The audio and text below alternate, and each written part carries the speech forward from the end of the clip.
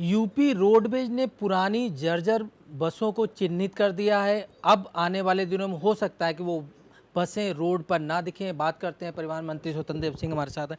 Sir, पुरानी गाड़ियां जर्जर हालत में हैं। क्या लगता है सरकार के पास इतना बजट है कि उन गाड़ियों को हटा के दूसरी गाड़ियां लाई जाए? देखिए, सरकार के अभी पास तो उसकी व्यवस्था हम लोग कर रहे हैं, माननीय योगी सरकार, और ठीक ढंग से चिंता भी हो रही है हर विभागों का जब से सरकार आई है। कुल मिलाकर वह जो जर्जर बसें हैं, जो समय निर्धारित होता है उनका, वो चिन्हित कर लिया गया है। या तो अनुबंधित बसें लगाएंगे उसके बदले में, या तो नई खरीदेंगे। एक चीज़ और सर, जो प्राइवेट ट्रांसपोर्ट है वो कहीं ना कहीं सरकारी ट्रांसपोर्ट पे एक तरह से हावी है। अगर हम बात करें कानपुर से दिल्ली के लिए जो गाड़ियाँ आती हैं और बाहर से जो गाड़ियाँ दिल्ली के लिए आती हैं, यहाँ तक कि एज ए टूरिस्ट जो है वो सवारी को जिस तरह रिकमेंड करते हैं उस तरह से परिवहन विभाग अब तक नहीं कर पाया है।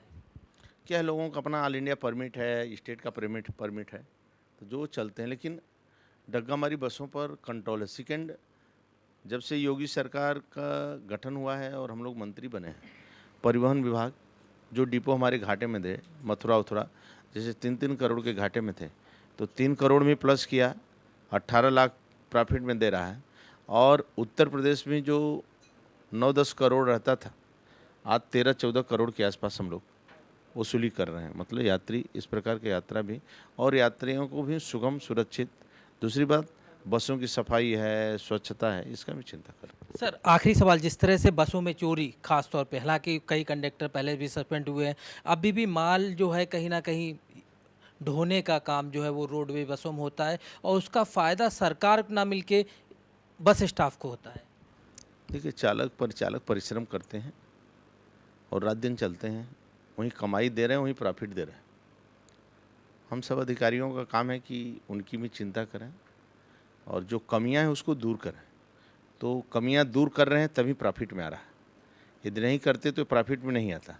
तो मान लीजिए, जो पहले वो घाटे में थे 7 सालों से, आज वो बराबर में है। जैसे बुंदेलखंड परमानेंट घाटे में था, आज वह माइनस है, जो लॉस होता था वो नहीं है आज, तो बराबर में। तो यही कर्मचारी परिश्रम कर रहे हैं, तो इनको कोई दोषारोपण अभी नहीं कर सकते हैं।